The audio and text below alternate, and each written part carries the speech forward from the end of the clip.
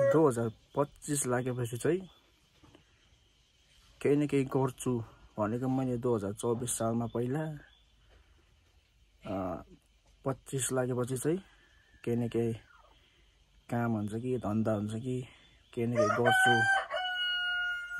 पैसा कमाउँछु भनेर सोचेको 24 मा त्यसै सोच्थे मैले अब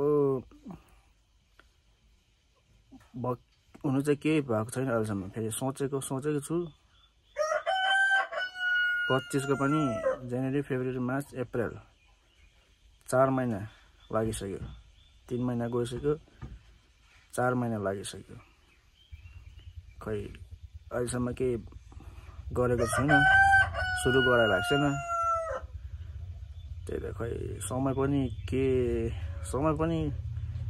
उड्छ के जस्तो बिच्च समय पनि थाहै हुँदैन हिजोअस्ति 25 लागेको न्यू इयर भनेको 3 महिना बितेर 4 महिना लागिसक्यो अन्त खै के गर्छु भनेको गरेकै अहिलेसम्म सोचेको छु के गर्नु कसो गर्नु त्यो अहिलेसम्म थाहा भएकै छैन हो सोचेको छु अहिलेसम्म अब कहिलेसम्म सोच्ने हो कुनि जिन्दगी यस्तै छ अहिले अब सोचिरहेको छु अहिलेसम्म